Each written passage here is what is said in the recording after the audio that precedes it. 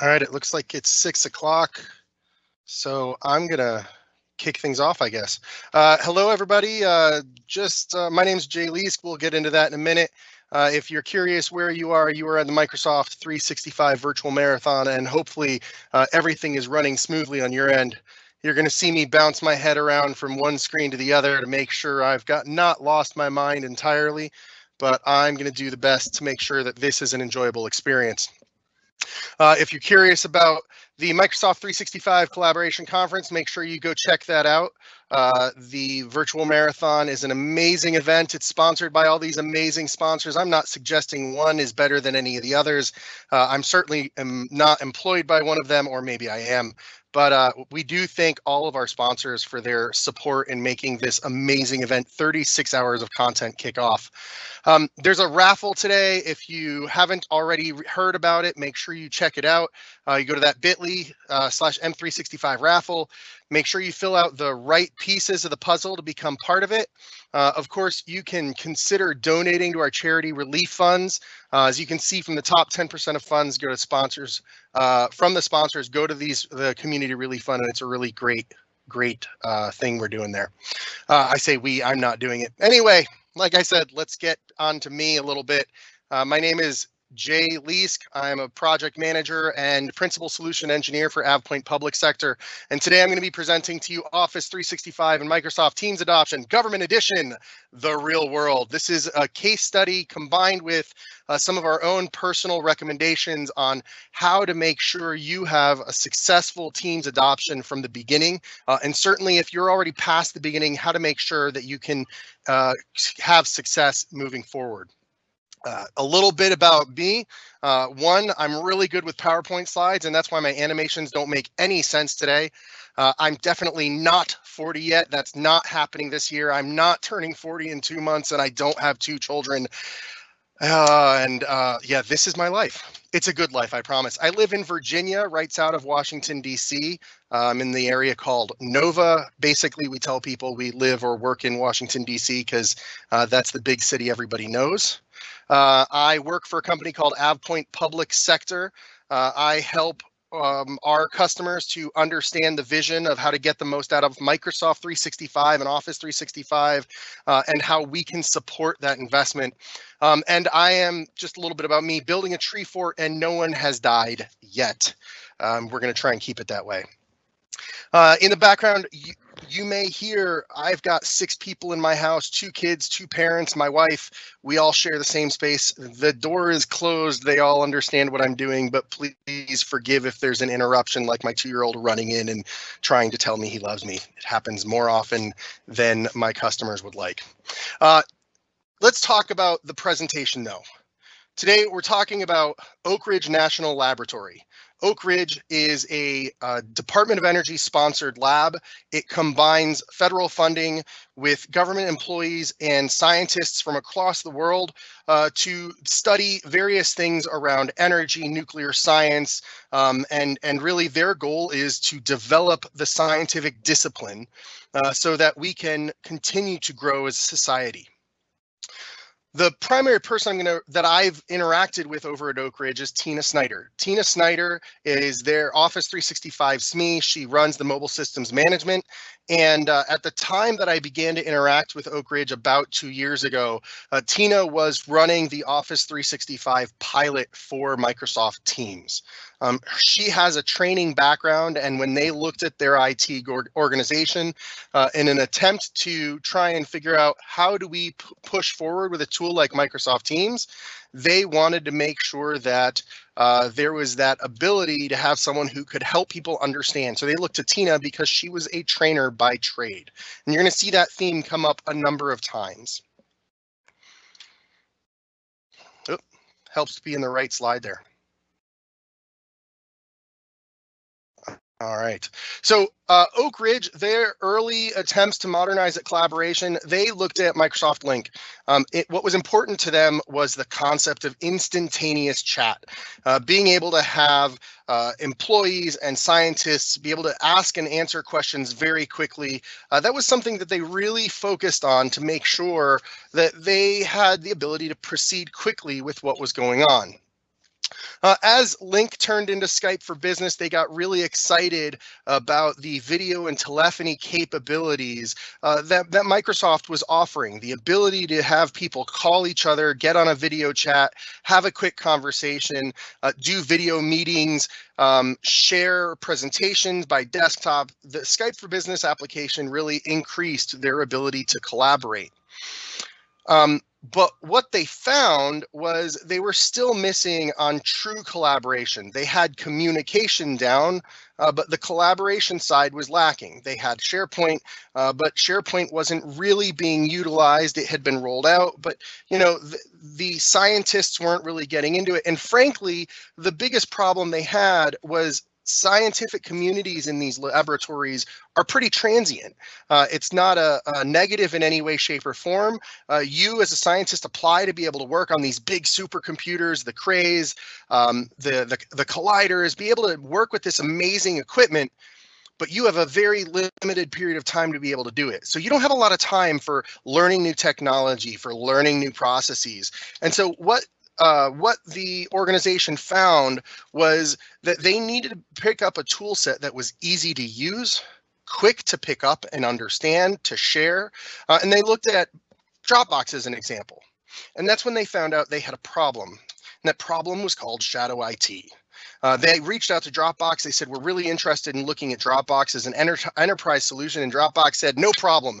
You already have a whole bunch of users in your domain using Dropbox. And IT went, wait, you've all probably heard this before. If you make it difficult, or if it is simply not intuitive to use the tools that you're providing, then your users are going to go find that somewhere else. And that's where we come to a graphic that many of you have probably seen before. It's been around for 2 or 3 years. This is not the first time we've heard about shadow IT. This is not the first time we've heard that enterprise collaboration is not where it needs to be, that end users are going to go select their own solutions. I remember when I was at Booz Allen and we were trying to come up with an enterprise chat, an enterprise social network, and we had 2,500 people in Yammer. Well before Booz Allen had purchased a license to Yammer and well before Microsoft owned it, we were there using it. We were actively talking potentially about client projects. I'm not going to say yes or no in either direction. And really, it's because it was easy. But the problem, of course, becomes now we've got dispersed resources. We don't have a centralized hub of information. We don't have IT focused on supporting the same set of technologies. We have an increased time on onboarding new staff and new team members because, well, this team over here uses Yammer and this one uses Socialcast and this one uses NewsGator and this one's really big into SharePoint because they have an engineer who really runs the platform and makes sure it meets all their needs, and they've got a business person defined or a business analyst whose job it is to define those requirements. And now, as we've moved into a more mobile workforce, don't get me started on COVID-19 and the fact that everybody's working from home, we need mobile solutions for our staff. And if we don't have an enterprise capability lined up, all the disabilities, plus the shadow IT, secure and mobile accessible, especially in a government world, we don't have anything. We're not going to be able to move forward. And that's where many government customers are, not just the national labs, not just Oak Ridge and Tina's organization. So Oak Ridge began to look at, all right, how can we progress forward? And that's where they came into Microsoft Teams. Teams, they realized, was going to be able to help make the life better of the people, that the scientific community that was working with them. They saw that it had tools similar to the social tools that people are already using today. The ability to mention someone and draw attention to a conversation, the ability to have threaded discussions, the ability to share Giphies, because as much as it pains me to say, Giphies are an important part of what we do. When you're looking at a mobile community, when you're looking at people who aren't in the same room together, it's one of the ways that you can start to interact with people and share that body language, share that emotional connection so that they know what you're saying and what it means. So from a conversational perspective, there were some features that the lab was looking at that helped them to determine Teams was the way to go. I mean, do you remember, for example, looking at trying to have a persistent conversation in Skype and trying to find chat history, which was hopefully in your Outlook if it didn't get deleted? Or if we move to the files and notifications, let's look at meeting recordings. I ran a user group, a virtual user group before everything was virtual. Many years ago, I ran a SharePoint user group for my organization, for the company I worked for. We had 1,500 employees who worked on SharePoint nationally, and we had our user group meetings twice a month remotely. I used the Skype for Business client. I recorded the meeting. It got downloaded somewhere on my desktop. It was about 400, 500 meg for a 40-minute presentation. I had to figure out how to edit it, and then I had to figure out where to upload it, because I couldn't just upload it to YouTube because we were doing customer case studies. And so the capabilities with Outlook when it comes to searching for your email, the capabilities with Skype when it comes to those meeting recordings and how do you share them and how do you access them. Simply when it comes to Teams, Microsoft did it right. And that's what the labs community was looking at, is they were really excited to see how easy it was to share this information. So they moved forward with Teams, and the first thing they did was they ran, there we go, next slide. Just kidding, didn't want to go there anyway. There we go. They started a pilot, and this is where I actually came into conversation and relationship with the labs. In their pilot, they selected a group of people. They brought in about 100 people, a big group from IT, and then some end users from various stakeholder organizations that could give them a representation of the types of users that might use this system. And they had some false starts. They rolled it out. They asked people to use it. They started to really interact with the end users, and that's where they realized that there are some sharp edges to the tool. There are some missing things, for example, and at least back then, this was about 2 years ago, the OneNote tab didn't exist in the GCC. Planner hadn't rolled out yet, and it was on the roadmap, but not quite there. And third-party apps, applications like Jira, access to your backup files, the myriad of things in the commercial space that really helped bring together the tool set of Office 365 simply didn't exist in the GCC. And that's one of the problems that they were having. The other problem they were having was they simply didn't really, as an end user, understand, well, yeah, I can have a chat, I can have a threaded discussion, I can have a video call with this person, but there's only 100 people in this pilot. There are 10,000 other people I need to interact with, or potentially, and I don't have a way to do that in this environment. And so the IT organization learned, and they enabled licensing to expand automatically. So if someone liked what you were doing, if you needed to interact with someone else, they made it so that people could begin to share and invite other people. That didn't have to be that very small group. The other thing they realized was people were afraid to share their content in this pilot. And so here's something that I want to make sure this lesson I learned from Tina and her end users, and I want to make sure I share that with you, is if you're running a pilot of Office 365 tool sets, make sure your users understand what is the goal of the system long term. And in this particular case, they were afraid to put their content there because they were afraid that they'd spend a month working with this content and then everything they did would get wiped away because the pilot's over. And so for them, it was a matter of hearing from IT, no. The pilot means we're learning how to use it, not we're learning if we're going to use it. We're using Teams. This is the solution we're moving forward. You're here to learn the best ways how to use it. And please bring your permanent content. You're the first people here, not the potentially only. And so this kind of communication became really important.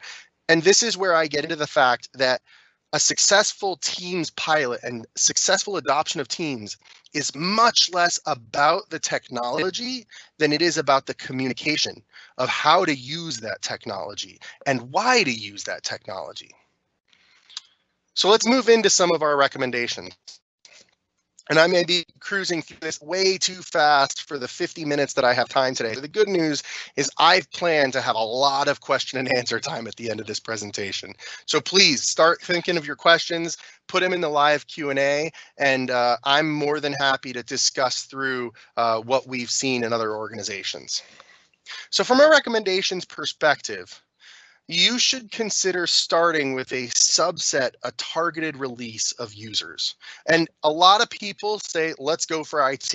I don't disagree with you. Go for IT because they're the ones who are going to have to support it. They're also generally more tech friendly, more willing to adopt things. But don't stop there.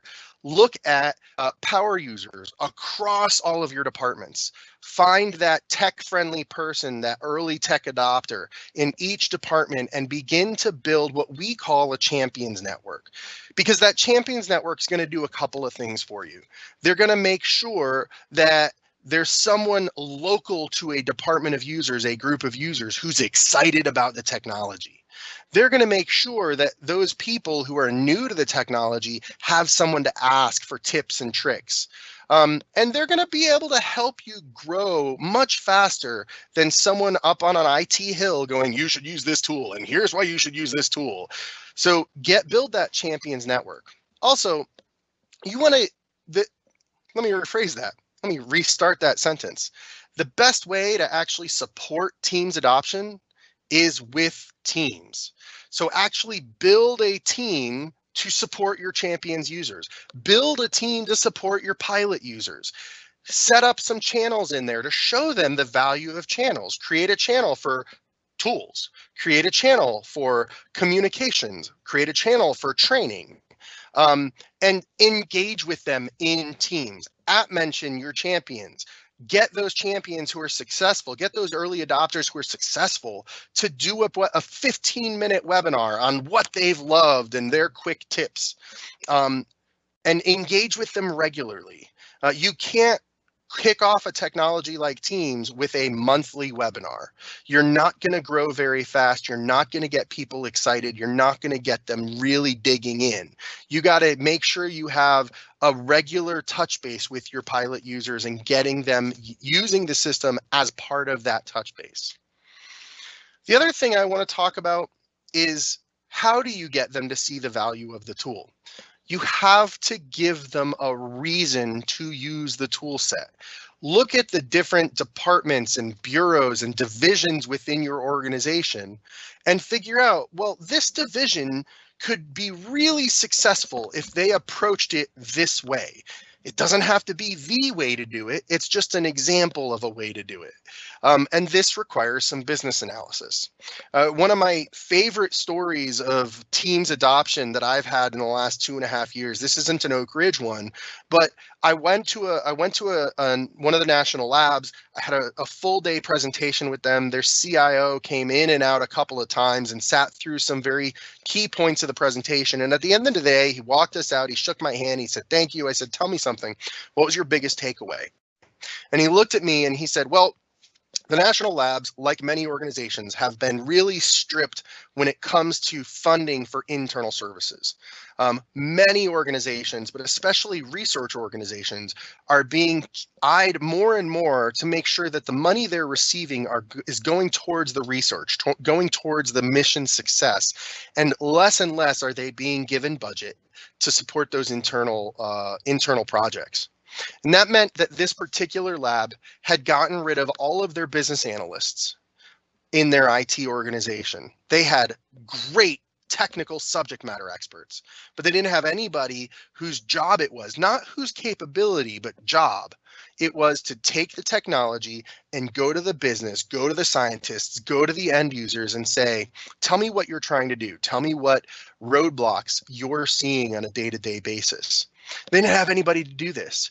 They didn't have these types of cards where they could say, you're in law enforcement. For law enforcement, we recommend that you share policy changes and report on trends within Microsoft Teams, and here's how you do it. They didn't have anybody who could go to the tax organization and say, ah, great, we've got assessment rulings happening on a regular basis, or the tax code is changing, and here's a thread where we're talking about the most recent changes. They didn't have anybody who could help the business see the value of the technology, and therefore they were very much in the phase of, we're rolling out tech, we're walking away. We're rolling out tech, we're walking away. And when you have a tool set like Office 365, which is changing so quickly and so often, you really can't have a solution that is just rolled out and you walk away. You really have to take the time to make sure people can be successful with it. You have to give them this style of information at a deeper level than what I've got on the screen clearly, to make sure they understand. My role as a project manager suggests I can use Teams this way. I can set up a planner board for my tasks. I can @mention people in my threads to make sure they're aware of what's going on in my tasks. I can have a thread where my devs and my business analysts talk about bugs that we're seeing within our solution for our customer. And so that's the kind of thing that we need to be sharing with end users. And I will say, this presentation will be available on avpoint.com/presentations. When it's not yet, but I'll get it up overnight. So you'll be able to visit that site tomorrow and you'll see my name, and it'll have the name of this event. And this link here, the Fast Track Productivity Library, you'll be able to download from there. And you'll be able to see some of the suggestions Microsoft has, for example, for how do you get people to use this. Let me put that in here, avpoint.com/presentations, and hopefully that's sent out properly. So again, go to that tomorrow and you'll be able to download this and access that link and all of the content. So once you've started to figure out how does each bureau and each division get the most out of our tool set, here we go. Now you need to start looking at, well, how do we be successful from a technology perspective?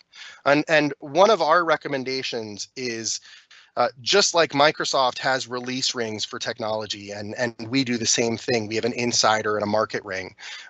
Set release rings for preferences, for services available in Office 365. You've got your pilot ring, your champions, you've got your maybe high-tech adopters, and then you've got general availability. You've heard of the concept before, but have you ever thought about taking that internal? Now, sometimes Microsoft releases new features and they're on by default, and that's scary as HE double hockey sticks. But where you can control, you should consider, well, how do we release this to our users, our user base?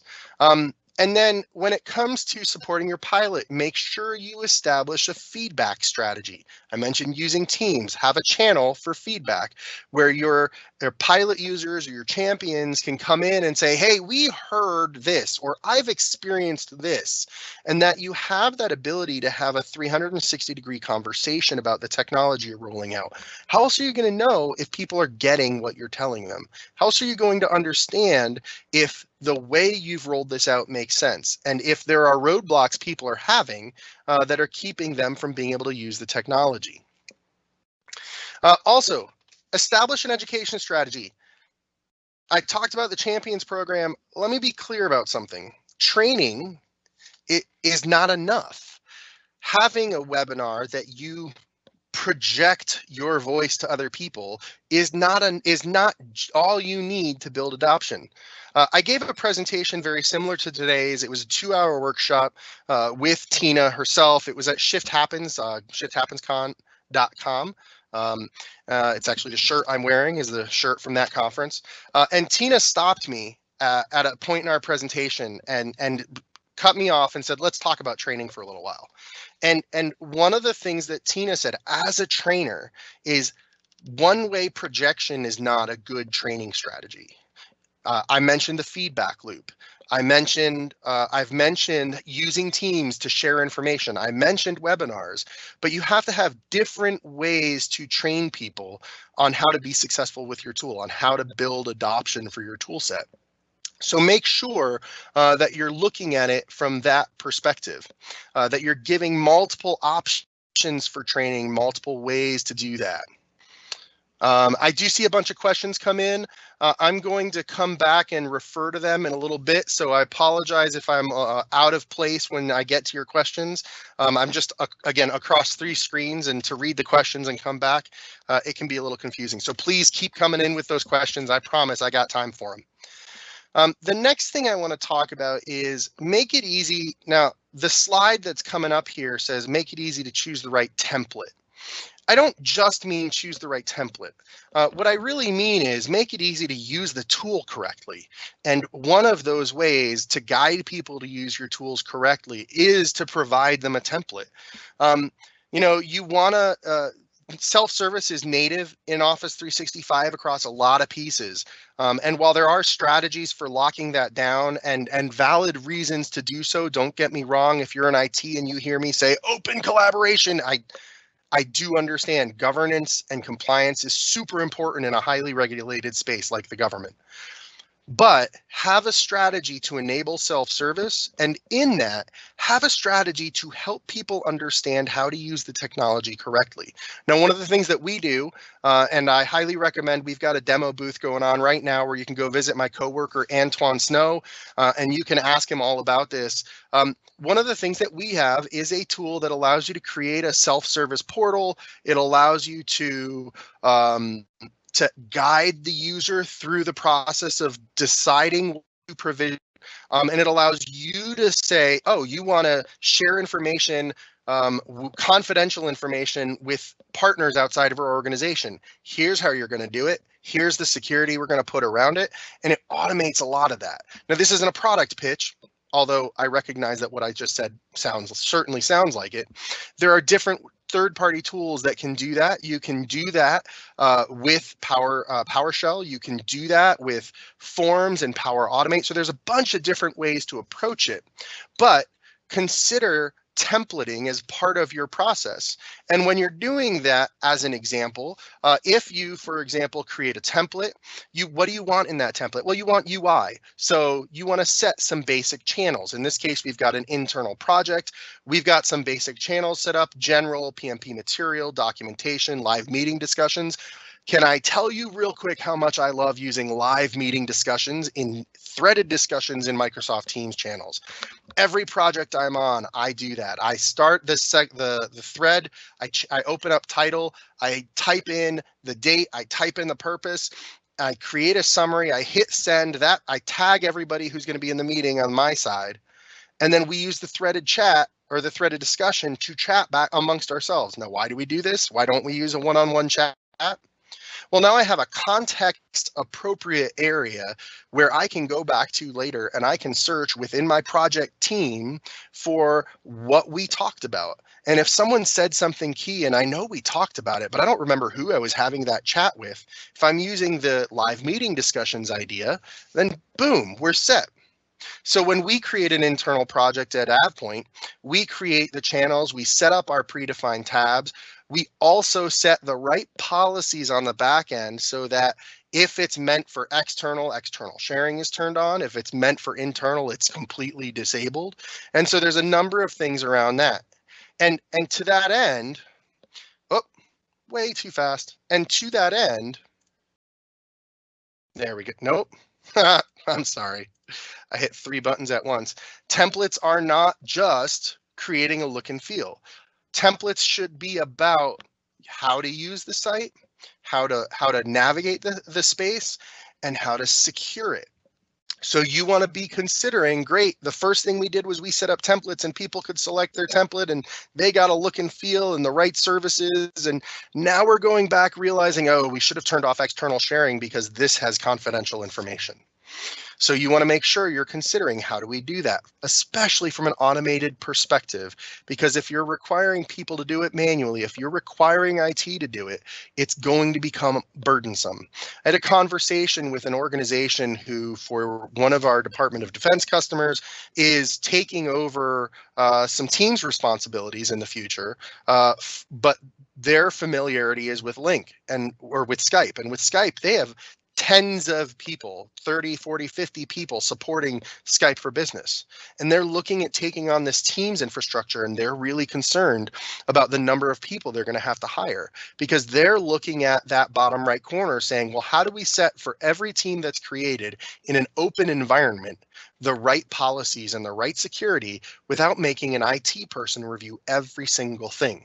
And that's one of the specialties that we bring to the table. And there are other solutions out there. But the point is, if you're planning for that, then it's not going to surprise you when it comes time to support this kind of work. It's going to be something that's much more natural. All right.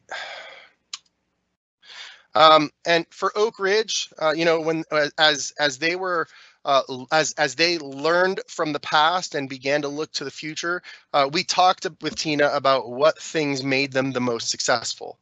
So one was analyzing data. They looked at their workspaces, they looked at the use, the workloads, and tried to figure out what makes the most sense in our legacy systems to migrate to Office 365. Do we just migrate all of SharePoint? All of our file shares? And they spent time trying to decide the things that made the most sense. They also identified key governance strategies, the things that were most relevant and the things that were nice to haves. And they said, okay, this is what we have to do to be successful. This is the long-term phase 2, 3, 4 stuff that we can start to implement on the back burner. And what that may look like to you is a much more agile framework than a waterfall framework. If your IT organization is still running in a waterfall framework, it's not going to work for Office 365. You have to look at a more iterative approach. And they were very good at it, by the way. You also need to share with people what changes are going to come, not what changes have come, but what changes are going to come. How do they affect us, and how are they going to benefit us? What value are they going to bring to me? I think my favorite phrase on this is, and you've all said it before, say it with me now, what's in it for me? If you can define what's in it for me for your end users, they're going to be significantly much more excited. They're also going to be much more will change. I know that some unions have requirements that the union has to approve user interface changes. If that's something you're dealing with, without some of this planning, there's no way you're going to get to that point. On their key initiatives, as I mentioned before, they've mapped changes to business value. They didn't just look at technical capabilities. They said, okay, we're bringing this ability to you, and we're going to change this business process, and by doing this, this is the benefit you're going to get. They built an adoption program. They didn't just roll it out, and this is one of my keys to tools like Office 365, SaaS platforms, where you're no longer really in charge of that release schedule. You're more not reactive. You have to be proactive still, but you don't have the ability to say, we're going to install this software a year from now. It's going to come when it comes. That's the method behind SaaS. So you have to have not just a rollout schedule, but success criteria that are much different than we used to have to make sure people understand that value. And then I highly recommend a cross-discipline team. I cannot say this enough. IT cannot run Office 365 by themselves. And let me be more specific. Identity management cannot run the Exchange side while SharePoint runs the SharePoint side and the Skype team runs Teams. They have to work together. And once you've realized that, that's when you start to realize we have to include people from the business as part of this. Because if we're going to change governance on Teams and Office 365, that's going to affect the end users. And what if that has a negative effect on their ability to meet the mission? Well, we have to find the right mitigation strategy for that. And you're not going to know what that is unless you're working with them from the beginning. Now, when it comes to identifying those scenarios, finding that value, just as an example, here's one way that you can begin. You can identify an individual, a use case, a user, and say, as someone on this team, I want to be able to do something within Office 365, within Teams. As a person on that team who wants to be able to do this, maybe this is where IT comes into play. The technology that's available to me is X, Y, and Z. And going back to the business, we know it's been successful when what? Because without that last item, you don't know if your tool is successful. So how do we do that, right? As someone in the contracting office, I want to have a single source of truth for all of my contracts. And IT steps in and goes, hey, SharePoint's really good for this. SharePoint's a perfect place to have a structure of your contracts with metadata, so you know what status they're in, if the contract is still active, who's the project manager on it. That's really great. Okay, how do I know when I'm successful? In this case, we put in something like, as a contract officer, someone in the contract officer, I know it's successful when PMs are at mentioning me in line so that I know when something's being updated on a contract. And so it's as simple as this to help start building that definition of success and those values to the end users so they start to get excited for the technology.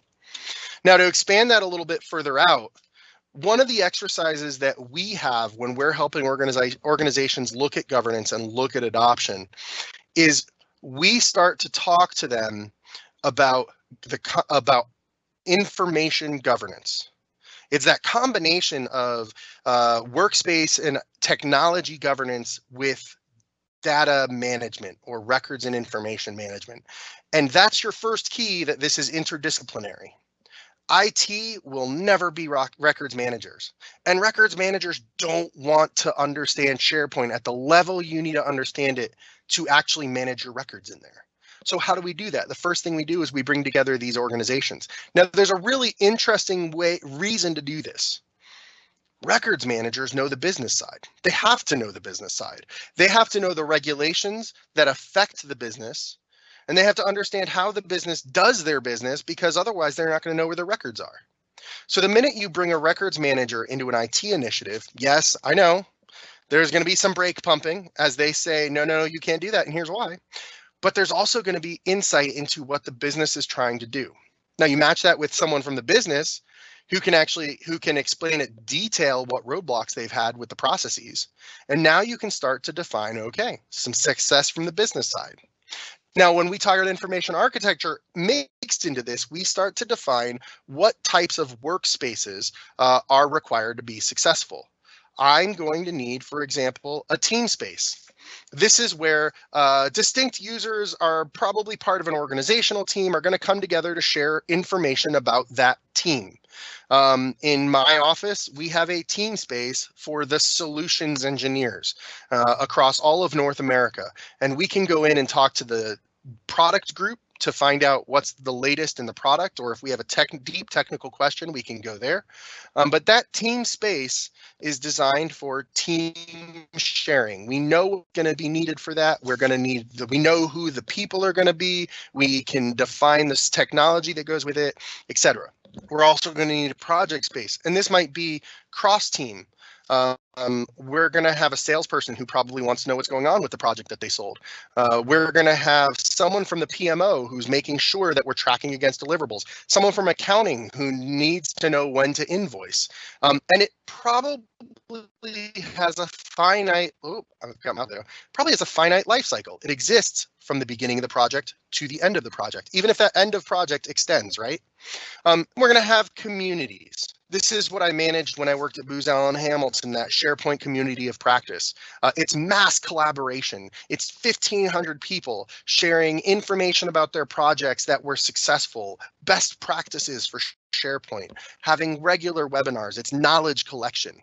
And the reason it's important to be able to do this is because once you've defined these types of spaces, now you can start to define the technologies and services that go with them.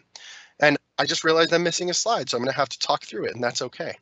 So when you realize the services that are required and the service level agreements that need to go with those services and the policies that need to go with that. For example, from a records management perspective, if I have a project space, I'm probably going to have an area in that project space for contracts. And as soon as I can define that, I can put in SharePoint the right default metadata so that when a contract is put into the contract space, it's automatically marked as a contract, which means the right label gets attached to it, which means the right retention schedule is attached to it.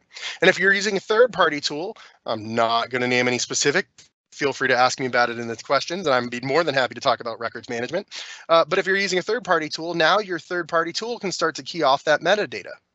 So you can set, once you know what these spaces are, the default metadata that goes with the records and information management. You can set the security policies so that cybersecurity is happy and knows that the team space that needs to be an extranet space also doesn't have or has DLP rules against the sharing of confidential information. So you have the concepts. Once you've built something like this, you can start to build those security, data management, and operational management concepts into place so that you can be successful in governing this without it being a complete and utter manual process, which nobody has time for. Okay, now I went through a lot, and I apologize. I much prefer to have people so I can see their faces. So I'm going to shift over to this screen here, move my monitor so I can see a little bit better. I'm going to look at the questions, and while I do that, I'm going to go ahead and bring up the thank you for joining us slide. I want to thank you for joining me today and giving me your time. I want to thank you for trusting me with 30 to 50 minutes of your day, especially if this is an off hours thing for you. For me, it's 6:45 in the evening. I think my family's downstairs having dinner, but I've really enjoyed being able to talk about what we learned working with Oak Ridge National Labs, what we've learned working with government agencies across the United States and in the commercial space as well, and what we've learned working with Microsoft Teams. I love Teams. We use it daily. I'm very thankful to be a part of this community, and it's been interesting telling my wife why I'm so much busier right now, while she, a high school teacher, is still busy, but not seeing the increase I am because, well, her students are taking class from home now. So it's a very interesting world we're in, and I'm very thankful to be able to share it with you. So please feel free to provide event feedback or speaker feedback. I say this every time I have a speaker feedback option, and that is the only way I'm going to get better and lose the corny jokes is if you tell me. So please, while being gentle, be honest. Let me go ahead and look through the questions here. Jeremy, it's good to see you. I haven't had a chance to see you in person in a long time, but thank you for letting me know you're here, my friend. Walt, Reston and Nova, that's right. I'm in Herndon, so we're right next door, Walt. I hope to bump into you at a coffee shop as soon as we're allowed out of the house, right? All right, question. How do you convince management to spend money and effort on a solid pilot phase? And do you concentrate afterwards on user adoption within example workshops to get their information systems into Office 365? Whew, this is a fun one. Okay.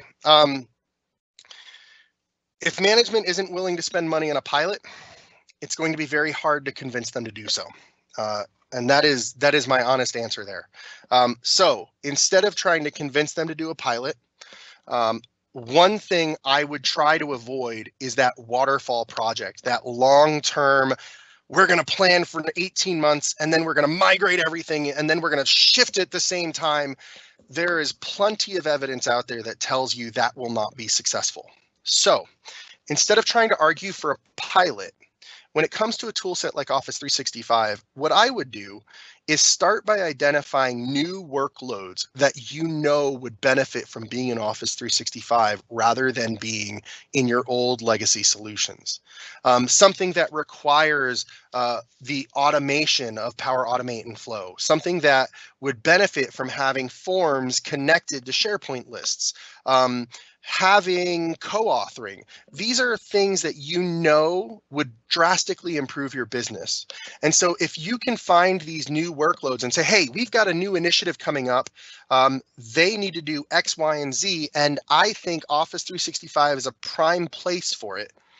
Let's use Office 365, and in my air quotes is the word pilot, right? Let's pilot Office 365 for this workload because we know we need to go there. And let's build off the success of that to then bring other projects in. So again, that's looking at your business workloads and finding ones that can be successful and moving those first. It's not quite a pilot, but it's the same concept. You're going to learn from running that activity and then be able to roll it out more successfully. As for concentrating on user adoption afterwards, it's very simple. In my opinion, it's very simple. Whether it is in practice is a good question.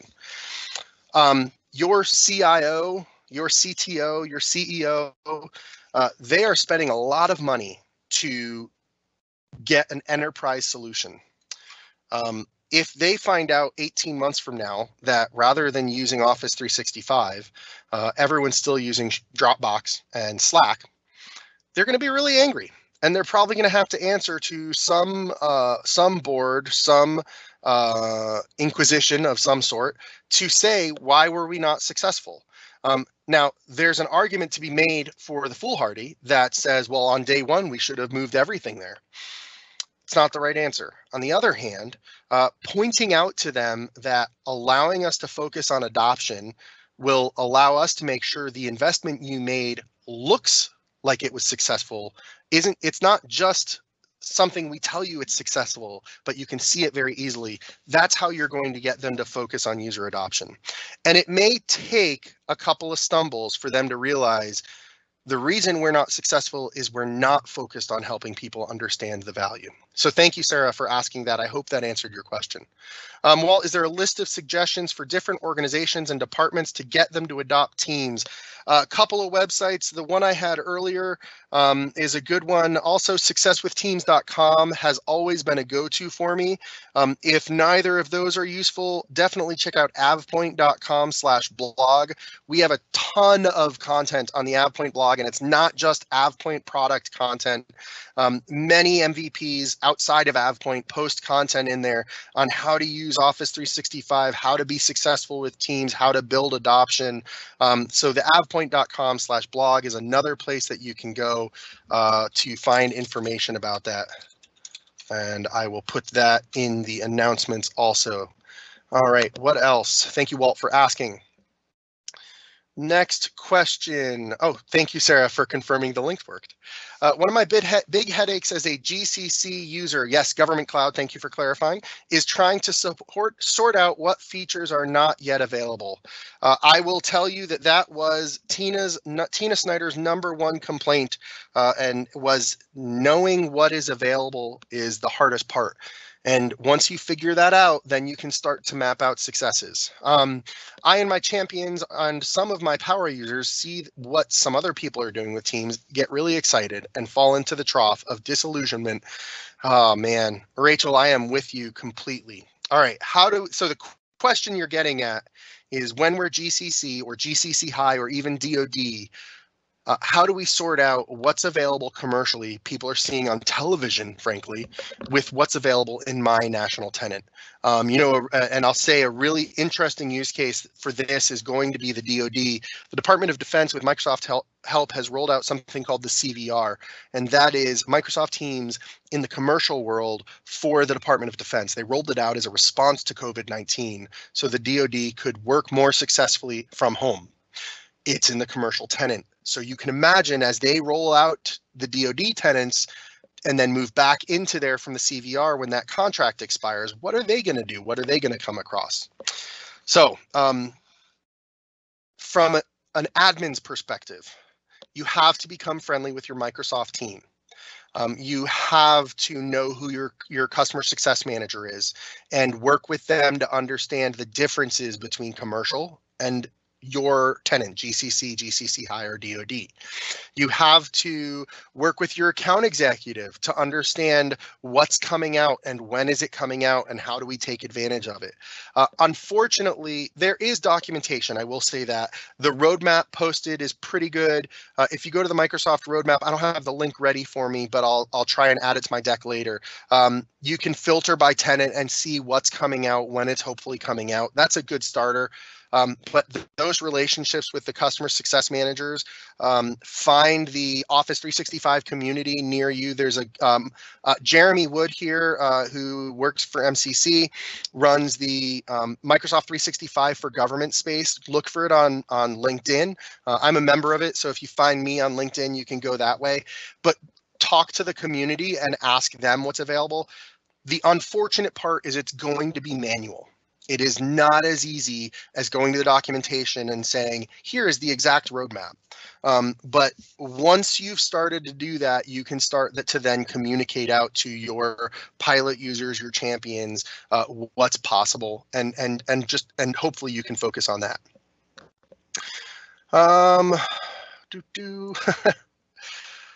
Walt, I appreciate the comments on my QoS settings. I will definitely take that to heart and go take a look at what's going on in my network for afterwards. Ashley, what third-party tool would be good for records management? I appreciate you asking that. There are a lot out there. It really depends on what you're trying to accomplish. There are some native capabilities for records management in Office 365, from retention labels to the record center that can help you get started. If you find that that's not enough, I'll go out and say it. We have a records management tool. It's actually an information lifecycle management tool. So it allows you to do disposition, that final stage, but it also allows you to manage content from the beginning of creation within Office 365 until it's time to dispose of it. So you can do things with it at draft stages. You can do things with it based on inactivity. You can do things with it based on your file plan. There's a lot you can do there. That's called AvePoint Records. And there are other third-party tools as well. If you'd like to learn about AvePoint Records, feel free to ping me on Twitter. I'm Jay Leask. On LinkedIn, I'm Jay Leask. Or if you go to the demo room for AvePoint, you can ask Antoine Snow about it. That is frankly, I think it's a really powerful tool, and I'm not just saying it because it's our product. I've actually had some really good successes with it. Walt, increase the corny jokes. Thank you. Who else? How do you convince management to spend money on a solid pilot phase? Oh, thank you. You're very welcome. All right, so it looks like I have hit all of the questions that are in the chat. Thank you for giving me an extra 13 minutes of topic. I had a feeling you might be able to do that. For those of you who thought this was helpful, please give me feedback. For those of you who thought this wasn't helpful, please give me feedback. I am more than happy to continue the conversation on Twitter. As I mentioned, if you look for that Jay Leask on Twitter, or the letter Jay Leask on LinkedIn, you will be able to find me in either place. And through those, I am more than happy to continue the conversation, not just a sales conversation about AvePoint, but how to be successful with Microsoft 365. And if I don't have the answer, because there's plenty I don't, I will be glad to point you to someone who I think might. Again, thank you so much. I'll stick around. I've got another 8 minutes on the clock. So if you've got more questions, throw them in and I will go look at them. If you don't, then have a wonderful remainder of M365's virtual marathon.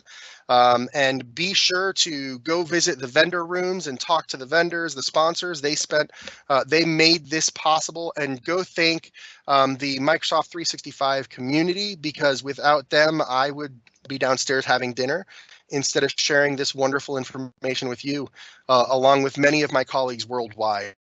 Thank you again so much, and I look forward to talking with you soon.